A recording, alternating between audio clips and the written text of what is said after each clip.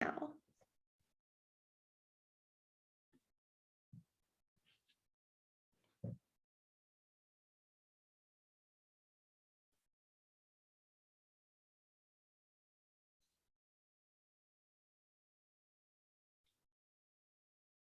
Hi, folks. We're just given a few moments here at the top for Zoom to let everybody in before we get started with tonight's event.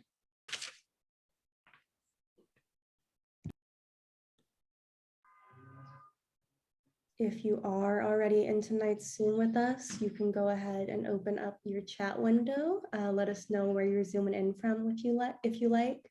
And you can also find some information about how to purchase tonight's featured book. And for attending tonight's virtual event, we are offering 10% off the featured book with coupon code GreenlightEvents10.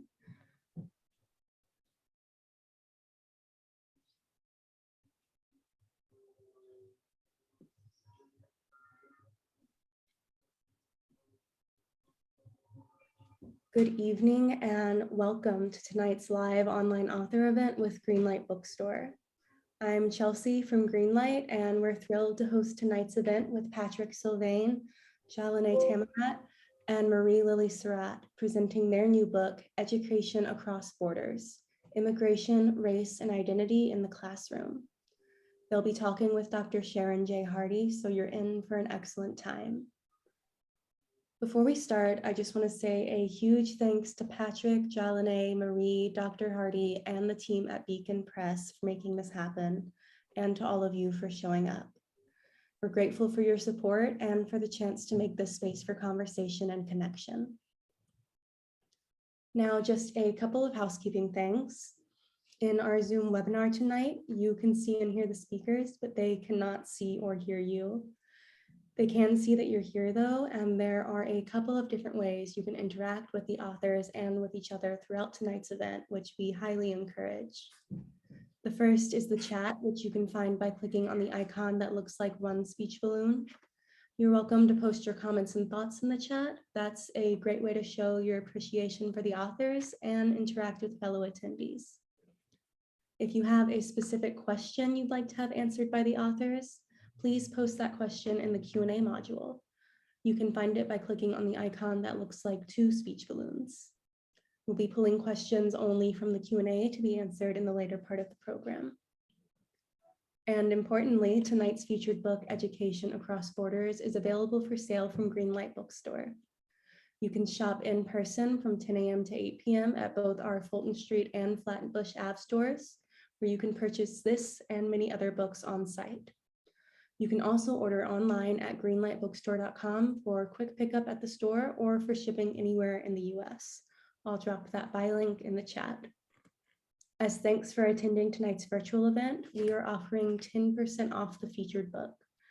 Enter coupon code GreenlightEvents10 into the coupon discount section at checkout online for 10% off. If you care about supporting the careers of authors and the ongoing existence of independent bookstores, buying tonight's featured book is a great way to show your support. Our interviewer tonight is Dr. Sharon J. Hardy. Dr. Hardy has served in higher education for more than 25 years and currently serves as the Interim University Executive Director of Admissions at the City University of New York. Dr. Hardy's career in higher education includes leadership roles at Arcadia University, Seton Hall Law School, and New York University. She holds a bachelor's degree from Arcadia University, a master's degree from New York University, and a doctoral degree in urban education from the Graduate Center at CUNY. Dr. Hardy will be speaking with our featured authors, Patrick Sylvain, Jalene Tamerat, and Marie Lily Cerat. Patrick Sylvain is a Haitian American writer, essayist, and poet, an instructor of Haitian language and culture at Brown's University Center for Latin American and Caribbean Studies. He has been published in several anthologies, magazines, and reviews, including African American Review, Agni, American Poetry Review, Callaloo, Crab Orchard Review, Haitian Times, and Plowshares. Jalene Tamerat is a leader in K-12 education whose work focuses on the preparation of teachers who are able to respond to the instructional and civic needs of diverse urban youth. She began her career in education in 2003 as a classroom teacher in the Boston Public Schools and has most recently served as the Dean of a Boston area residency and master's program for aspiring teachers. Marie Lily Cerat has worked in the New York public education system as a classroom teacher, a staff developer, and a college teacher for over 20 years. Her work examines the effects of the exclusion of Haitian language and culture in the education of Haitian learners, and has been published in Rethinking Schools, the Journal of Haitian Studies, and the International Journal of the Sociology of Language, among other publications. In tonight's featured book, Education Across Borders, Sylvain, Tamerat, and Cerat draw on their personal experiences in the classroom and provide historical background, as well as pedagogical solutions to equip educators with knowledge and skills to create an inclusive classroom. Education Across Borders is a critical resource for K-12 educators that serve BIPOC and first-generation students that explores why inclusive and culturally relevant pedagogy is necessary to ensure the success of their students. Our authors will start us off with some readings from the book, and then they'll be talking with Dr. Hardy and with all of you. Patrick, Jalene, and Marie Lily, please take it away. Thank you so much, good night, for having us. Thank you so much, Dr. Hardy, for having us, and of course, my co-authors. I will start from a small section that sort of talks about the way in which sort of the philosophy of education for me, although I wanted to read a part from my years at the Lowenberg, but I'll read somewhere else. I'm starting on page 12. Self-elevations through knowledge, a part of my original philosophy of education, is an acquired condition based on the development or reinforcement of an inquisitive personality who seeks to feel or is capable of feeling and understanding innate human suffering. Again, as a hybrid pragmatic idealist who is informed by the Haitian notion of combit, I approach education as a road not only to self-elevation, but to self-revolution. It was not an easy road for me, and it certainly was a difficult road for many of my students who had to battle with family demons and self-contradictions and face self-hate. My students who knew how to read and were fortunate enough to go to good schools had to reflect on the sacrifices their parents made. And they had to ponder on the kids their age who lived in the same neighborhood, but either did not go to school or attended mediocre schools. My conversations with them concerning the students who did not know how to read required of them to reflect on their own family members who did not know how to read and how they felt about it. It required of them to think of education as a basic human right and of the multitude of rights violated in Haiti due to the extremely high rate of illiteracy.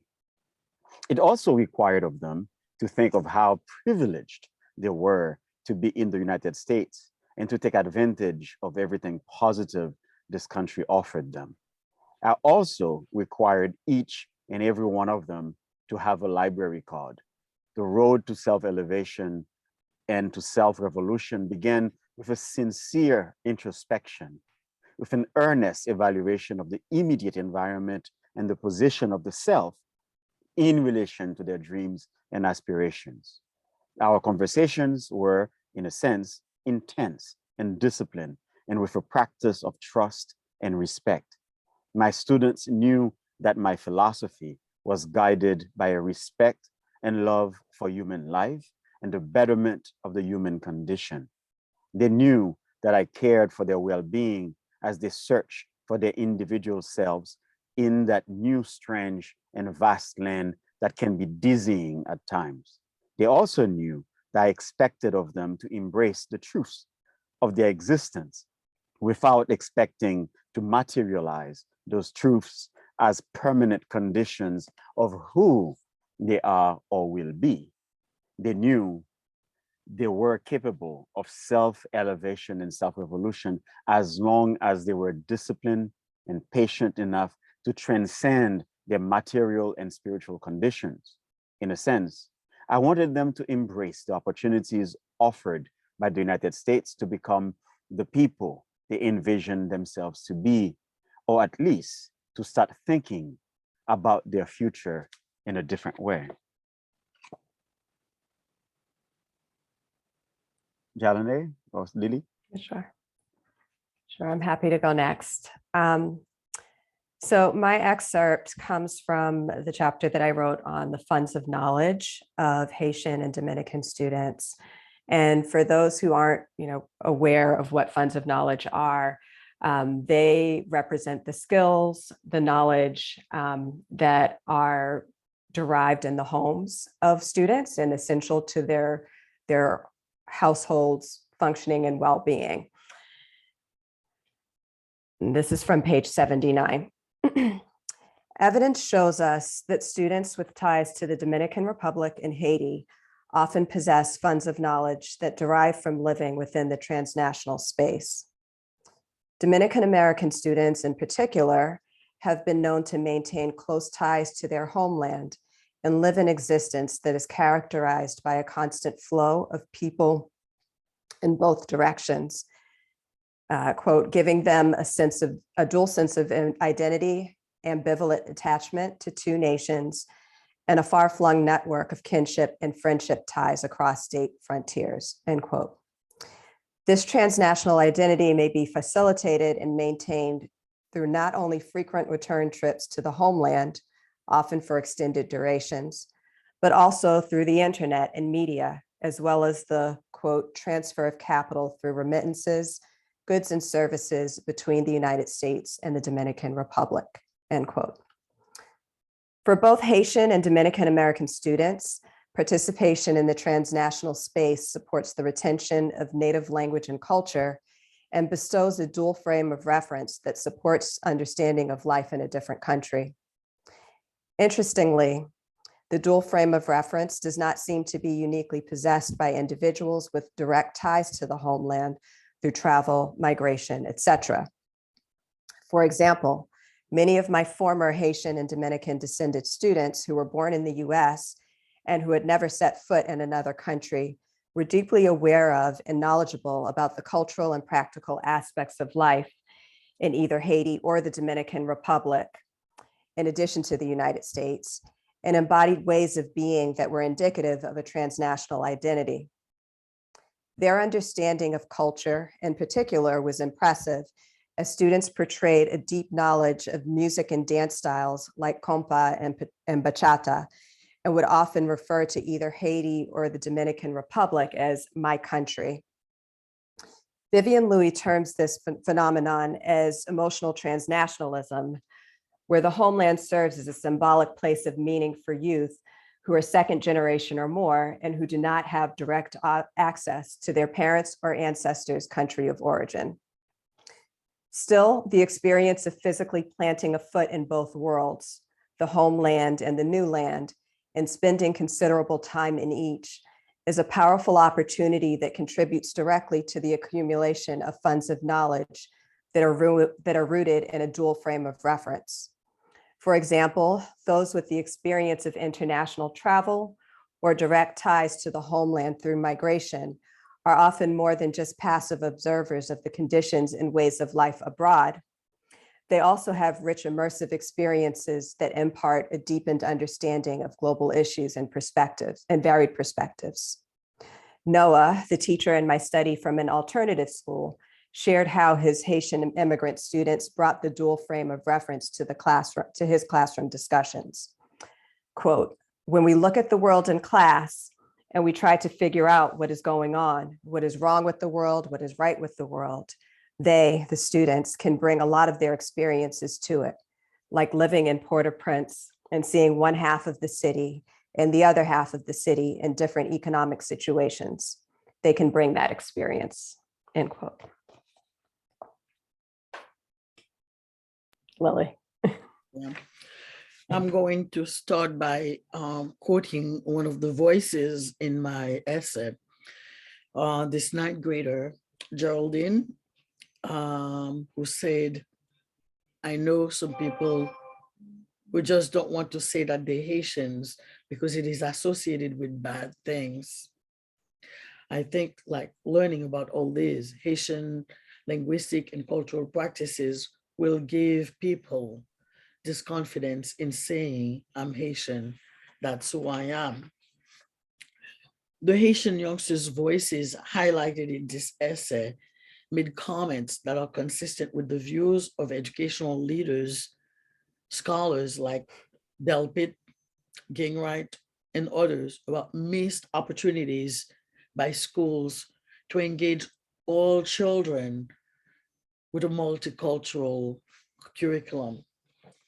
The Haitian children thirst for curricula that offer and include perspectives and experiences beyond a Western Eurocentric epistemology.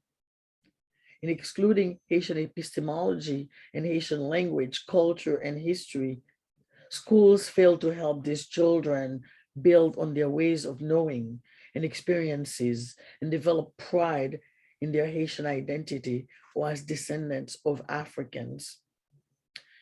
In addition to learning about the emancipation of the American slave in 1863 by President Abraham Lincoln, Black children should learn versions of history that illustrate the resistance of their African ancestors to the brutal and inhumane system of slavery, as many of the Haitian youth point out.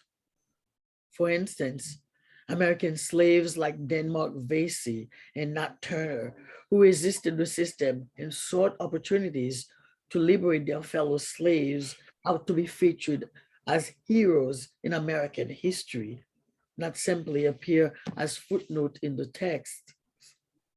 The history of slave and slavery, resistance to slavery in America, must also be part of the larger American story,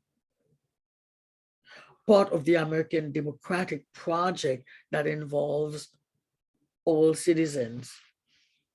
History lessons could cover the anti-slavery Haitian Revolution, followed by independence in 1804, when African slaves and their descendants on colonial French Saint-Domingue, present-day Haiti, overturned the system of slavery.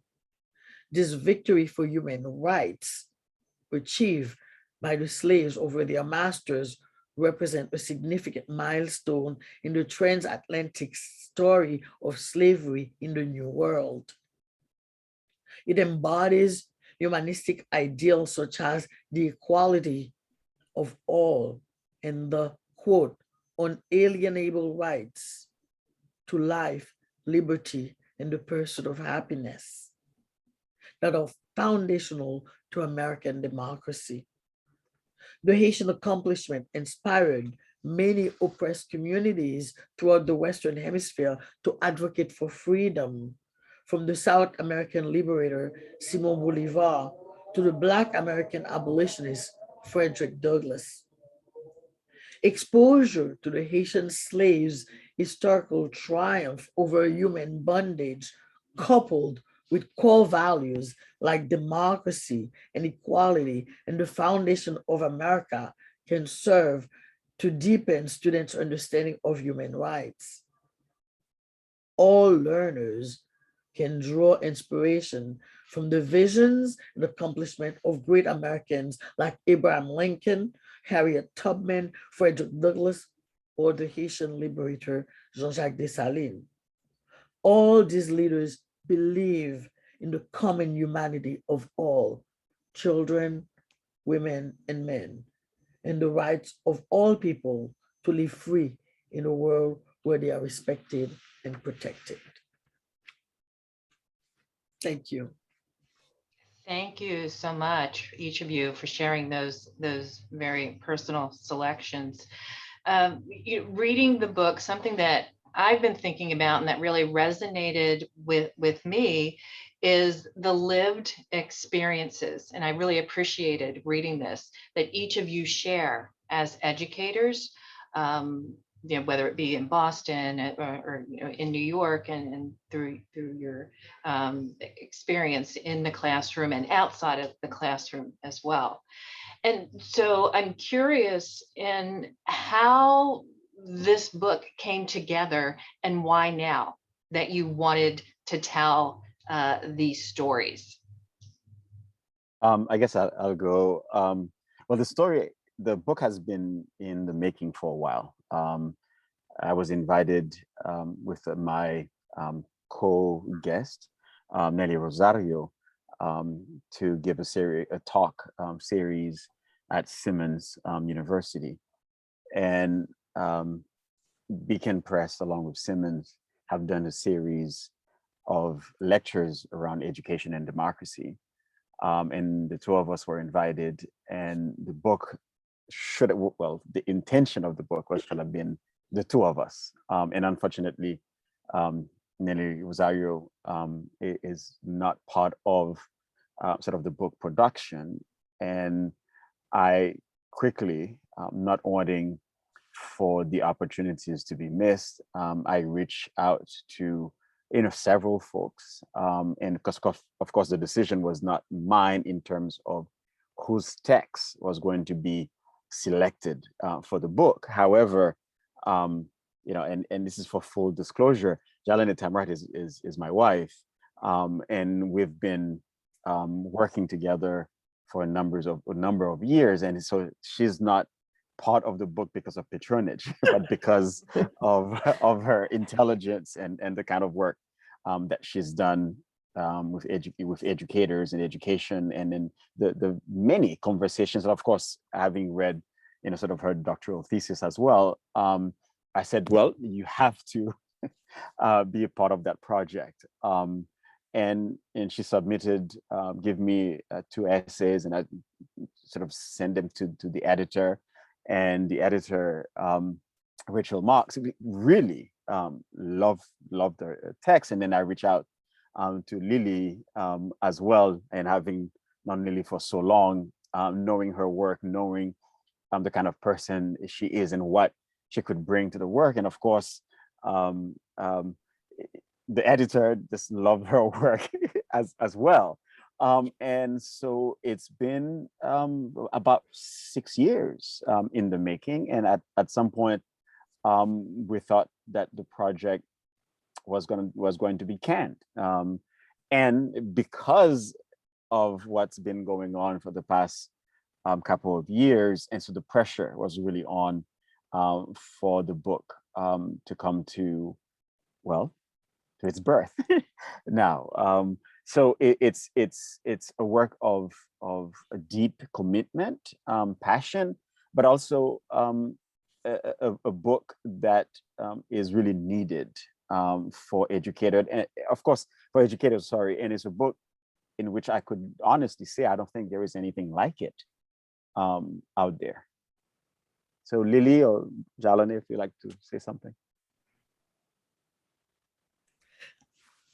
I know it's been in the making. Jalene, Patrick, good to see you again tonight, guys. Yes, second night in a row. Yes, we were in person last night, and we're at Greenlight. And one of the things that I know in the meetings that we have in preparing for the launch of the book yesterday was like, if it hit Greenlight, my local bookstore, I am a famous educator and writer. We all are. So I'm really happy that we are on the platform with Greenlight, my local bookstore, an independent bookstore, which we are fighting to keep because of how things are in the world. Yeah, I am thrilled that Patrick, who approached me a few years ago, I didn't think this was going to be possible. But he was like, we need to do this thing. We need to bring out the voice of Haitian students and Dominican students, minority students, and for like over 6 years, actually. And, we were at it. We wrote the piece. We went back and forth. There were people who came in and people who dropped out, or people who could not sustain the grind. But we held on, and Jalene, Patrick, and I, we have produced, we think, an important text that can help people who work with Black, Indigenous people, Black students and minority students can use as a tool to help them do better what they do in the classroom, to recognize that they do have agency when the doors close, no matter what your principal or the administration say, but you consciously know what your students need when they need to step out in the world, and you can take that agency to provide them with what they need to know in order to be able to negotiate life better for themselves, their families, and their communities, and overall the society. So I'm very thrilled that I'm a part of this publication, and happy to be in conversation with my friend and colleague, Patrick, Jalene, and Sharon Hardy, who saw me through my PhD dissertation. Yeah. Yeah. And I would love to just share for a second about why I feel as though this work is so important at this time. As you know, anyone who is currently in public education right now knows this is a transformative, well, it's a pivotal moment in education with huge transformative potential, right? We're kind of on the cusp of moving from one way of schooling that's been persistent for a really long time. Our schools in many ways are operating under, an older model that was relevant to, I think it had its genesis in the industrial age, but, it was definitely more relevant to, a previous way of kind of living and supporting the needs of society. What we need today is obviously something different. And I think that we can understand that by just kind of looking at the precarious situation that many of our schools are in right now. And what I would argue is that what is needed in the education space right now is an approach to teaching and learning that is more student-centered, and what's required of teachers to be able to deliver on that promise is giving them the tools and the instruction to kind of get to know who your students are individually, understand them, their cultures, their assets, what they bring to the classroom, and really be able to kind of shift from more of a way of teaching and learning that is more about kind of like the teacher disseminating the information for students to kind of produce back to them and, meet a particular benchmark and check a box, to one that is more grounded in relationships. And as a foundation for that practice, we need our teachers to be able to at least have a baseline understanding of who they are and where they come from. And that will kind of, encourage them to then dig deeper and learn more about, who their students are individually and like what their experiences have been. So, of course, I care a lot about Haiti and, the Dominican Republic, of course, as well. And as I do for, all students, but one of the things that I mentioned last night when we were giving our in-person talk together was that I see this book as, both not a, it's not a protocol, or it's not like a how-to, it's not a manual, but it's an invitation for teachers to do more of this kind of inquiry-based, approach to teaching and learning. And my hope is that there are more educators who are interested in and will be invested in writing an education across borders that centers on the experiences and assets of all types of students hailing from many different backgrounds. I love that you refer to it as an invitation. So I just about an hour ago was in class with at Hunter College with some aspiring future teachers, and we were talking about, here as we conclude Black History Month, and how that tends to focus on Martin Luther King, but then we have so many other stories that are part of these backgrounds that make up our society. And one of the comments, and I've been thinking about after class and then coming to this, is, you know, for the new educator, someone who's just coming in to the classroom, how do you keep from being overwhelmed? And what's a way to approach serving these students in the classroom and beyond? Well, I mean, I think it, being sort of an educator, being overwhelmed is part of the job, unfortunately, right? I think it's how not to be so overwhelmed and to become swamp and therefore drown. And for me, now I'm no longer in the K-12. I'm working as a university instructor, and even at that level, where supposedly it seems to be sort of easier because of the respect we have for professors versus teachers, even then it is also challenging.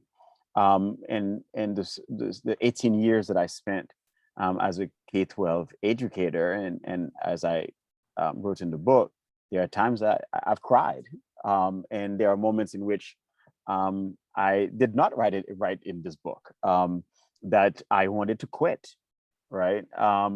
But I felt it was just beyond a mission. It was a political act as well, right? Because you're not teaching because it is a sexy and a respected career, profession. For some, they call it a vocation, but for me, it is a profession. And seeing, for example, the transformation, students who are coming in unable to read and write, and then within 3 years, they are reading and they are seeing the joy of books. It's transformative. And even at the college level, students who perhaps had no clue about a particular subject, and by the end are writing absolutely amazing research papers in which you yourself, sort of the expert, you are learning from your students. That's why I teach, and I know that's why a lot of us do teach. But how to really maintain that I do not want to say self-care, because it's becoming cliche in a sense, although important. I think it's how to maintain that sanity, that sense of purpose, right? Is to really, at times, not to take your students' problems, issues, concerns home to the point where you feel paralyzed, right? And also, you're not a superwoman and not a superman. You cannot solve all of the issues. You are there to give as much as you can, but you cannot allow yourself to be drained. And I think that these are some of the things that I've learned over the years, and I've learned, watching, sort of Jalene and my in-laws, all of them are teachers, and Jalene can talk more about that. Watching, and then the kind of conversation that we've had over the dinner table, it's always about education constantly. So I'll stop there so that Jalene and Lily can jump in. I'll say, as someone who has been in the profession for almost 20 years now, and as Patrick alluded to, like, I come from a family of educators. And so even when I wasn't a professional educator, I was surrounded by them. I believe categorically say that, the last few years have been the most difficult for teachers for a number of reasons. But, it's always been, one of the most rewarding and challenging professions to be a part of. I am really, I think that, there are a lot of things that we should be concerned with or concerned about right now when it comes to the teaching profession. sustainability of kind of the structures around education. We have significant teacher attrition right now. We have resistance or just kind of, people not interested in joining the ranks of teachers as a career option. There are, like a lot of topics in education that are very contested right now. There's like the critical race theory argument and mobilization of different factions, on various sides of issues around that. It's very challenging right now. But I think that the shift that is, what I sense may be imminent is, as I mentioned before, is around, shifting like towards more of a human-centered, like relationship-grounded, method of practice is one that actually, if we actualize that, like that can be very therapeutic, and that could be something that retains teachers over time and makes the job more enjoyable. Like I think about, when I was a classroom teacher, and other teachers who are on this call may attest to this as well. Each class has a personality, right? There are some classes that you really connect to. And then there are some other ones that are perhaps more challenging, or it's more difficult for you to kind of build relationships with the individual students in there, or be able to build a relationship where you feel connected to the class as a whole. I think that, when I think back to those different types of classrooms that I've had over the years, it's always the ones where I've had those strong interpersonal connections with the students, where I understood them, they understood me. There was, mutual care and concern that was being communicated in various ways. That, having that relationship, like that relational grounding, kept me energized, like kept me feeling like I, belonged in that classroom and I was needed. I would argue that I had better academic outcomes or instructional outcomes with those students in those classrooms. And I didn't feel like I wanted to run out of run out of education because it wasn't fulfilling to me. So like, I think that as we're kind of ushering in this new era of education, whatever it ends up being, we should definitely make sure that we, again, center relationships and really, take the time to like get to know and understand who the students are, and also do the introspective work that we need to do as educators to understand who we are as well, so that each group can, or each person, an individual can bring their authentic selves to the classroom space and feel like they are there in their full capacity as human beings and like are able to connect with others.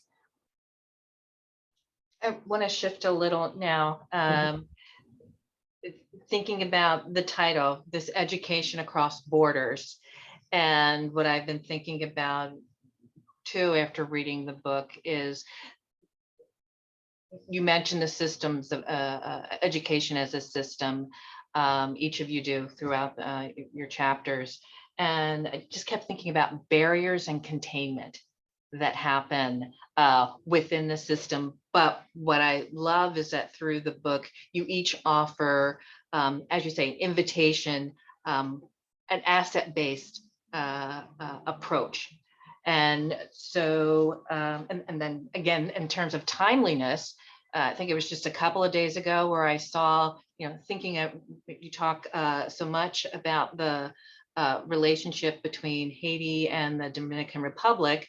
Thinking of borders, I just see where the Dominican Republic is making the border higher, they're raising it 4 feet or something like that.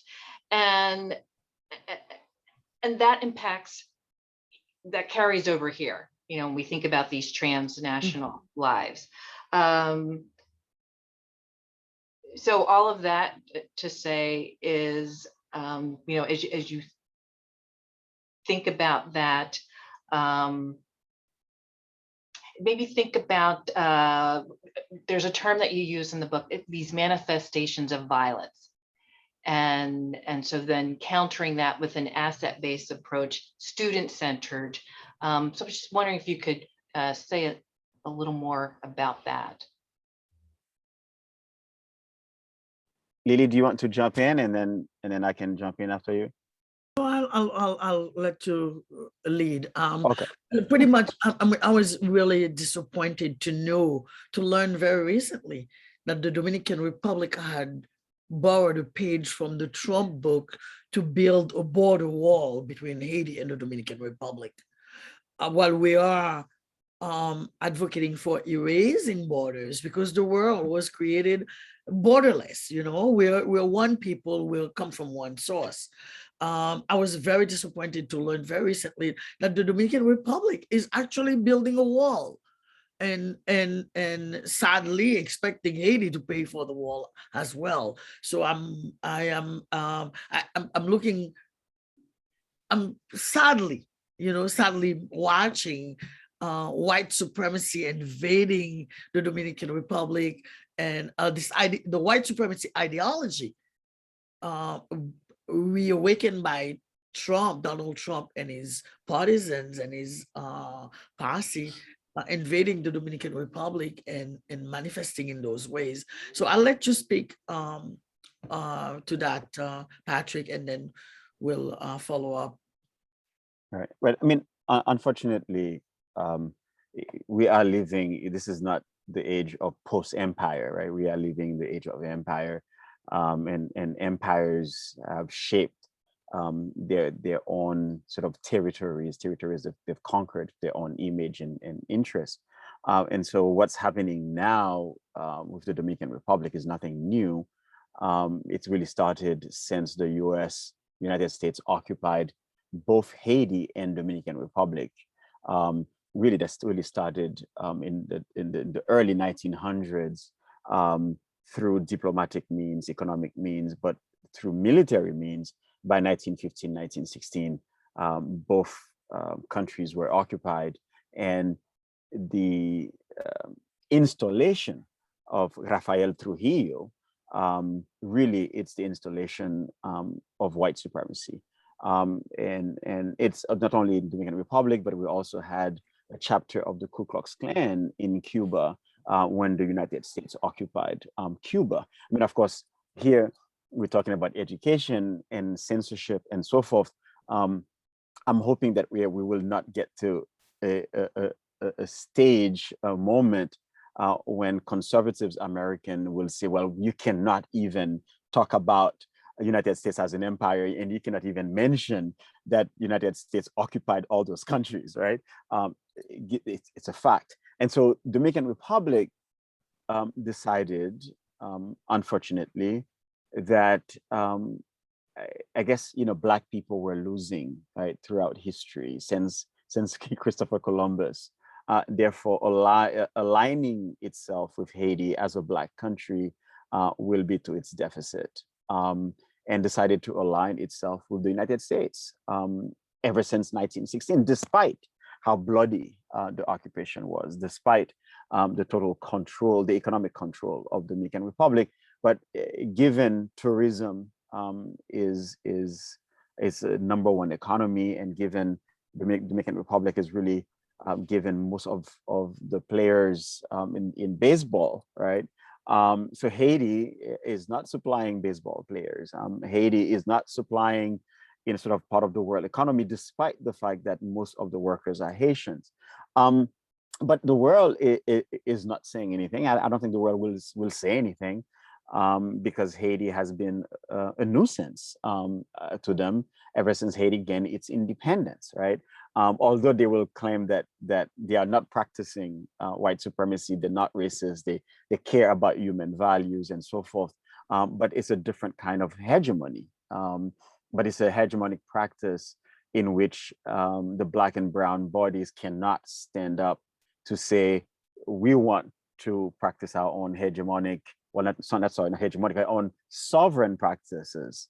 And so education, it's not just the educating sort of the mind, but it's also is the control of economic spaces, is the control of physical spaces as well. And so borders are being built, whether materially or immaterially, in terms of class, income base, and even within the United States, even within particular boroughs or communities, the suburb versus urban, and we see it. And I'll let Jalene jump in.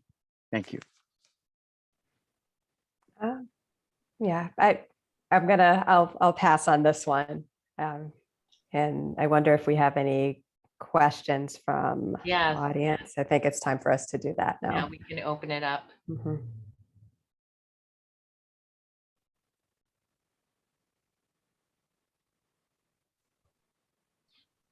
Would anyone like to ask any questions that can go in the Q&A?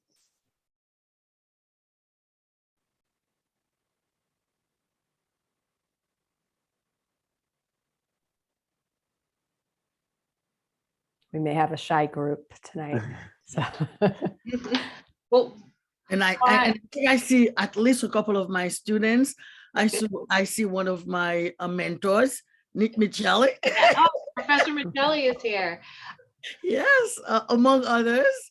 So yeah, it's we have a good group, actually, a very good group. And thank you for being there with us in engaging in that conversation. Audra, Dr. Watson is there. Hello, Dr. Watson. We have a question from Francis Pierre. After conducting research and from your personal experiences, what were some of your most surprising finds? Jalene? Sure. A lot of my chapter talks about research that I've done on funds of knowledge of Haitian and Dominican students. And I think that I won't say that it was a particularly surprising find, however, I thought it was very illuminating that when I asked teachers in my study what they assumed to be the funds of knowledge or knew to be the funds of knowledge of their Haitian and Dominican American students were.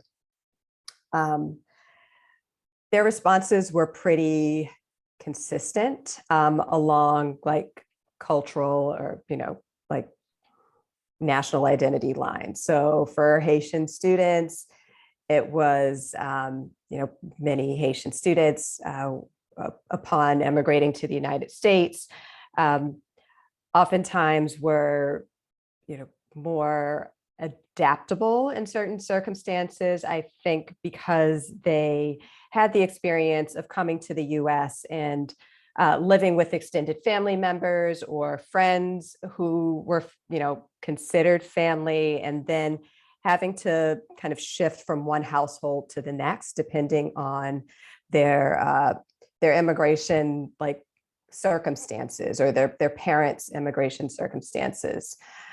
And for Dominican students, it was, less of that and more of kind of an understanding of some of the, aspects of Dominican culture relating to music and food and dance and things like that. And what I noticed across the data was that teachers were typically kind of making generalizations about students hailing from one particular country or another. That wasn't really grounded in, deep knowledge or inquiry of kind of what those students were actually bringing to the classroom. So if I were, let's say I'm the teacher and Patrick and Lily are both in my class as students, it's not very useful for me to kind of approach them and try to tailor learning to them based on a generalized conception of what Haitian students' assets are, because they may have come to the United States under different circumstances. They may come from different parts of the country. They may have, in their home country of Haiti, may come from different, economic classes and, have access to different things or a lack of access to different things. And so there really wasn't the work. I didn't notice much work being done to like do the inquiry and investigation that would get teachers to be able to kind of parse out what the specific individual assets that each student has. And that's, not surprising again, but it does present some challenges when we are talking about doing culturally relevant teaching, which is like something we're talking a lot about now. Yes, you can be culturally relevant, but you can still miss some students if you don't fully understand who they are and what they bring to the classroom. And so that's something that kind of stood out to me and, wasn't particularly surprising, but like, I think that it's a point that needs to be driven home, that you actually do need to understand who the students are at an individual basis, and then have a broad, like also have this broad kind of understanding of the students' home country and their culture. And when we talk about culture, it's things like, music, food, religion, holidays, all of those things. But that's a superficial understanding oftentimes if it's just that. Lily? Maybe I can add to this by sharing that in doing one of the focus groups with students, I asked them which were their favorite Greek myths and Greek and gods and goddesses. And they were like, oh, I like Zeus, I like this, so on and so forth.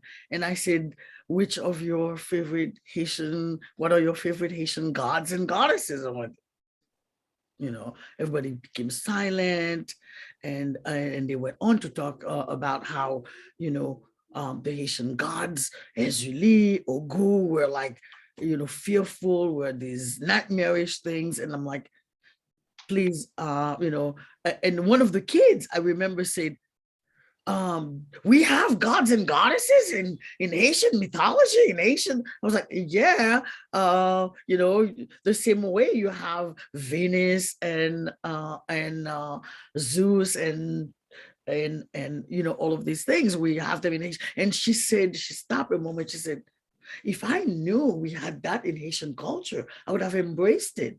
Because I love Greek mythology. I love Roman mythology. I love this mythology. So I took time to talk about Egyptian mythology and other mythologies that exist, and bring these and all of these rich things that are evident in our culture. Those were really revealing and really enlightening for me as well, to realize how dominated education is by white supremacy, by, as you said, European epistemology, that everything outside of that is marginalized and erased and made demonized in a way. So that was part of the revelation for me in doing my research, is realizing how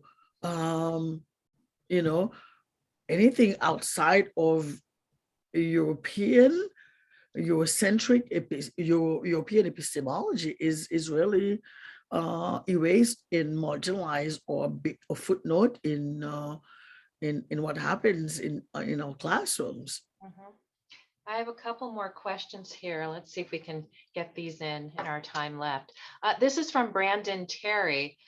So much of contemporary civics education in the United States is geared towards participating in national electoral politics and introducing students to a very narrow nationalistic picture of American history.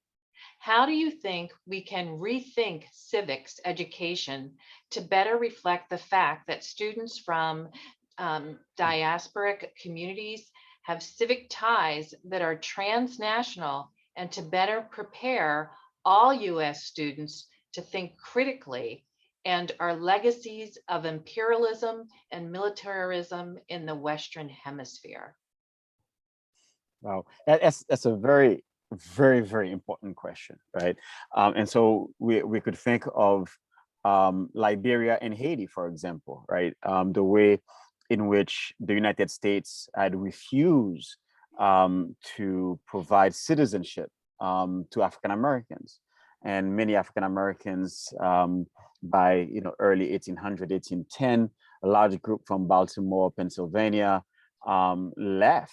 And we could think of the American colonial society that supported the exodus of Black slaves because they wanted to get rid of Black people, right, from the United States. They're like, you know what, we are going to send you to Haiti, we're going to send you to Liberia. And of course, Liberia was founded primarily by former African slaves, and over 58,000 African Americans went to Haiti. And so, but we also could start thinking in terms of the circulation, not just within the Americas, but also the relationship of Europeans as well, and how some Europeans became white, right? The circulations of Italians to the United States, Irish, Scottish, and so forth. And so by really start thinking in terms of civics, right? What does it mean to be a human from other countries that's participating in making a new nationality, creating a new kind of nationalism, nationalism, for capital N, not, the small nationalism, but not nationalism in terms of this country belongs to a small group of white folks, mostly Nordics, right, a la white supremacy. Then we lose the picture, because the idea of the United States is that supposedly it's a melting pot and so forth. So therefore, all voices, right, do make what the US is, and so the United States is a process, and that process, or the processes, is indeed what would make education, Americans better citizens, right? By engaging in civics, right? Understanding rights, understanding the relationship between rights, democracy, immigration, and not just voting rights, or voting rights for a certain group of people, or voting rights because we want to win, and therefore it becomes a win-lose game, and not a game that is trying to buttress democracy, because democracy is a process. So I hope that I answered your question. And we have a question here from Crystal Koy Gofa. And you do have the tips for this in the book. Some teachers may be products of their own cultural biases related to appreciation of how funds of knowledge can be used as a bridge to curricular understanding. Can you give practical examples of how teachers can build upon funds of knowledge to improve their instruction? Yeah, we talk a lot in the teacher education, teacher prep space about the importance of self-reflection, but we don't talk enough about it, in my opinion. We talk a lot about it, but we don't talk enough about it. One of the things that I talk about in my chapter is how, as a condition of engaging in funds of knowledge pedagogy, or the methodology, you have to, establish confianza, which is a term that was conceived, that's very connected to funds of knowledge scholarship, but it talks about the importance of establishing relationships that are grounded in mutuality, reciprocality. So if you are a teacher and you're approaching a student and their families, trying to learn about the funds of knowledge that those students bring to the classroom, you can't come in as a researcher who has a subject and is just trying to gather information about your subject. You have to come in kind of as a reciprocal kind of participant, as not just a learner, but as a sharer as well. Because once the students and the families understand, students, families, and caregivers understand that you're not just there to extract information about them, and about their lives, that you're trying to build a relationship where you're also sharing about yourself. That makes the funds of knowledge methodology, much more easier to facilitate. So if I'm asking you to share about the practices that you take part in your family setting, then I should feel comfortable doing the same as well. Now, if you're sharing in an authentic way, you have to know yourself, and who you are. And so that means that you have to do the personal excavations, the personal, reflections. You have to know who you are at a very deep level. And that means you're also looking at your biases and trying to uncover the biases that you bring to any relational interaction that you have. So, as the funds of knowledge methodology, of course, involves kind of this, ethnographic kind of inquiry, like you're asking the questions, you're also sharing, and it goes both ways. It's bidirectional.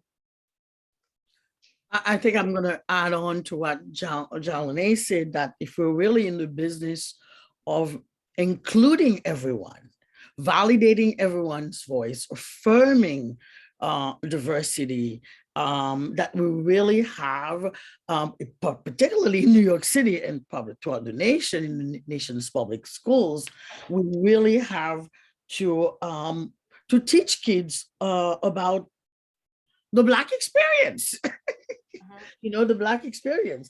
I think it's in my chapter. I argue that indeed it is important to teach children, all children, about the human rights, about the Haitian Revolution, which was really the starting point of what we call human rights, where slaves challenged their masters and really overturned the system of slavery in the New World. I mean, there's no place else to go.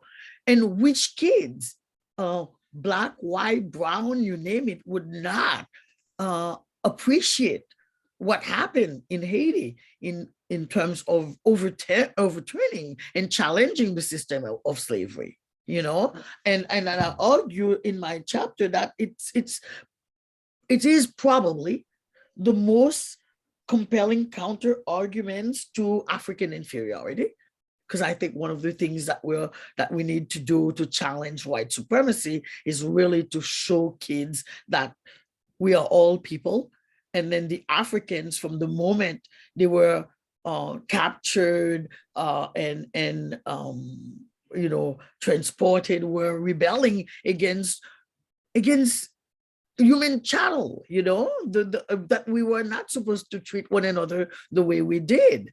And I think teaching about the transatlantic slave trade history and the success of the Haitian slaves in terms of what they accomplished in Haiti at the turn of the 18th century is extremely important to transforming, to giving kids the tools to know that the realities of the way things are, they can be transformed, they can change their lives, they can change the society. We can have a better world, I have a question from Professor Nick Michelli. How would you define social justice? It's a very important, it's simple but yet complicated, right?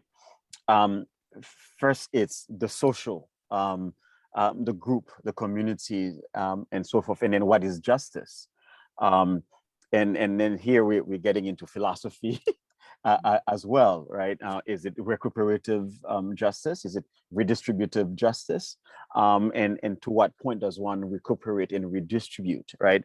And what is just in justice, in the sense that to what extent can sort of harm be compensated, can never be undone, because once it's done, it's done.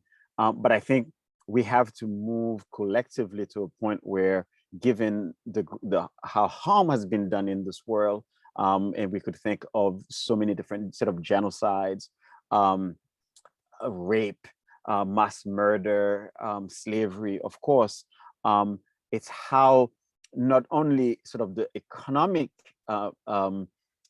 justice, as in we are going to compensate, but how to, I guess, prevent and to put guardrails so that what happened in the past will not be repeated, and those groups will be safeguarded from further harm, right? And so we could think, for example, in terms of voting rights in this country. It is both legal, social, cultural, and political. Here we are in 2022, voting rights in the United States is not fully guaranteed within the Constitution, right? And of course, then we could get to issues of reparations and so forth. But within sort of social justice, we could also think of education, right? Notions of equity, notions of equality, the kind of teachers who would be teaching students, kinds of books, computers. This is in times of COVID. Buildings, right? Not having classrooms or schools where you can't even open the windows, right? So these are issues having to do with both equity, but also social justice as well. So it is complicated, the question, but it is what seems relatively simple, but it's not simple because we are not living within a democratic space, right? Where we see students or certain communities as equal. So I think we will achieve social justice when we see the social sphere as a sphere where those who are within it are equals, therefore true democracy. We have a comment from Carol Barrett Joseph, who says the discussion should be about social justice and not equity.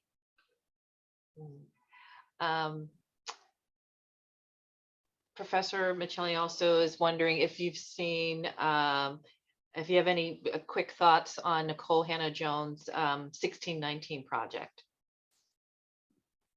I talked a lot. Jalene, do you want to say anything? Lily? So I believe the question says, did we use it? I haven't used it, but I do think that it's an important work. Unfortunately, it is under the heavy scrutiny of people who are opposed to doing social justice work, or don't believe in its promise or its value, especially within the education space. And I think that's really unfortunate. One of the earlier questions that was posed had to do with giving students opportunities to perhaps connect the dots between experiences in say Haiti and the United States, to kind of prepare them for civic engagement here in the United States and perhaps more broadly as global citizens. And I think that resources like the 1619 project that don't sugarcoat our history and allow us to see in a realistic way kind of what our history is and how it connects to histories more globally, I think is really important. I think one of the central aims of this book, Education Across Borders, has been to actually work towards the breaking down of borders, or the dissolving of borders, so that we can prepare young people to kind of understand the world in a more global context. So by understanding the history of the United States, you also see how it relates to the history in Haiti, how that may also relate to the history in Liberia, to use Patrick's example, and to understand that, we have our own kind of unique histories that are, contextually kind of based, there are a lot of connecting points. And, nothing ever happens in a silo. We're not disconnected. We're actually very connected, and we need to have accurate portrayals of history. And also our current, like this is, critical pedagogy. Like we also have to give our students the tools that they need to be able to look at their current circumstances, critical consciousness practice, like understand kind of the world that they live in and give them the tools that they need to like be agents in like making a better world. And, connected to that is understanding not just like your current situation, and it also means like you understand the history of where you live, and also the current context in other parts of the world and the histories there, and like how these things all connect. Like these are stories of empire, these are stories of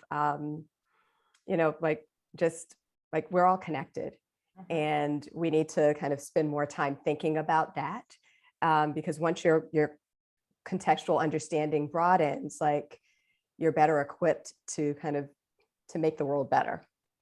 I mean, if I may jump in, I mean, I will also say that a senator like Tom Cotton, for example, who is against the 1619 projects, who sees the 1619 projects un-American.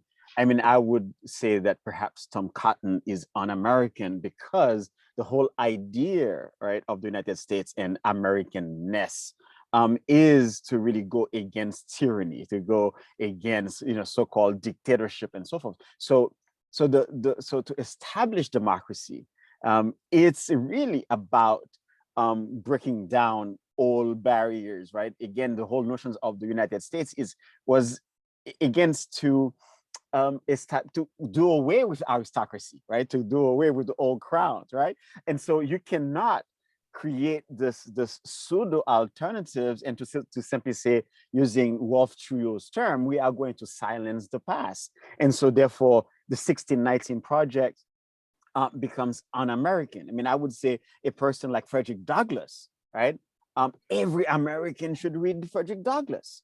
Alexander Crummell, and sort of so many others. I mean, the appeal, for example, right? Americans should really read those things to really think in terms of what does it mean to be an American? What does it mean to have democracy? What does it mean to have human dignity? And so the 1619 project is simply establishing basic truths in terms of what the the 1619, first of all, in 1619, the US did not exist. Well, right? let me add to that, Patrick. Yeah. I think when we're talking about the American history, Denmark Vesey, Nat Turner, are people who envision a better world and should be integral to American history. Those should be heroes and not really footnotes into our history. And I think it's about time that we reach that level, that we embrace people like this who envision a better world, or world where everyone is equal, including what happened in Haiti. And I think I'm arguing in my chapter and elsewhere in my work that I think Haitian history is central to the American history. When we look at the broad American territory, what we call the Americas, it is integral to envisioning this new world, this better world, this democratic world. So we need to teach children, not just Haitian children, but all children, about what happened in Haiti, because it could inspire, And I think I want to read what one of the kids in the research that I conducted said. She said, there's a certain way the society looks at you. I want to change that. I want to know why they keep this part of my culture away from us. Why do they keep it away? And the things they're teaching me, they have nothing related to my culture. They teach us about slavery. Really? But they never teach us about the whole history of slavery. And then it's like they're putting this thing into our mind that, okay, slavery happened, but they expect us to forget what happened. And I can't forget what happened, even though I did not participate, even though I did not suffer from it, but I still suffer now because I've been affected by racism. People have been racist to me. I mean, the voices of the students that I try to bring out in my chapter are really, really powerful and eloquent, and it captures what's happening now in the United States. And one of the connection that I made is after reading Between the World and Me by Ta-Nehisi Coates and hearing those Haitian students, I'm like, they are telling the same story. Ta-Nehisi Coates went to the Baltimore public schools 40 years ago, 30 years ago, and you're talking with Haitian students here and now, 2016, and they're saying, well, you know, the schools are not helping us. The schools are not teaching me to be a human being. This is really, we are at an alarming time. And I think our text is not only helping people to awaken, to know, to know that something is wrong and we need to respond to it, but also, you know, a tool for people to do better by minority children, by children who've been marginalized for too long, silence, as Patrick mentioned, to echo Patrick and Wolf Trio, who've been silenced and marginalized for too long. And I think if we, you know, if we don't answer to that call, if it's a democracy and we challenge that it is a democracy, our society is going to be in trouble. Well, I want to thank you all so much for putting these stories together. I mean, this could be a conference. There's definitely a lot more to be said and actions to be taken with this, and it is quite timely. You know, through I keep thinking of the borders, both physical and non, that you identify throughout this text. But then, you know, I love the idea that you offer an invitation of what can be and what's possible. And holding up my text here, I do hope everyone will buy this. I think it's a fantastic resource to have as part of any teacher education program. But I would also encourage parents to read it as well, because it offers agency for those who work with parents and parents in the schools too. So thank you so much. Thank you so much for hosting us, and thank you Greenlight Books, and thank you Jalene, and thank you Lily, thank you all of you who attended, and thank you. We're really open to read your comments and so forth. Thank you so much. Thank you. Thank you all so much for this wonderful conversation and this wonderful book. And thank you to all of our attendees for sharing the space for conversation and connection with us tonight. A reminder that you can get Education Across Borders from Greenlight Bookstore, either in store at either of our locations. We're open every day, 10 a.m. to 8 p.m. Or you can order online at greenlightbookstore.com any time of day for pick up in store or for shipping anywhere at the US. We do have a coupon code available that you may have seen in chat, which I see there's been some trouble applying. I'm sorry, I don't have more time to troubleshoot right now, but if you reach out to info@greenlightbookstore.com, they can help you with that if you are having trouble applying that code. Thank you all so much again for such a wonderful evening, and have a great rest of your night. Bye.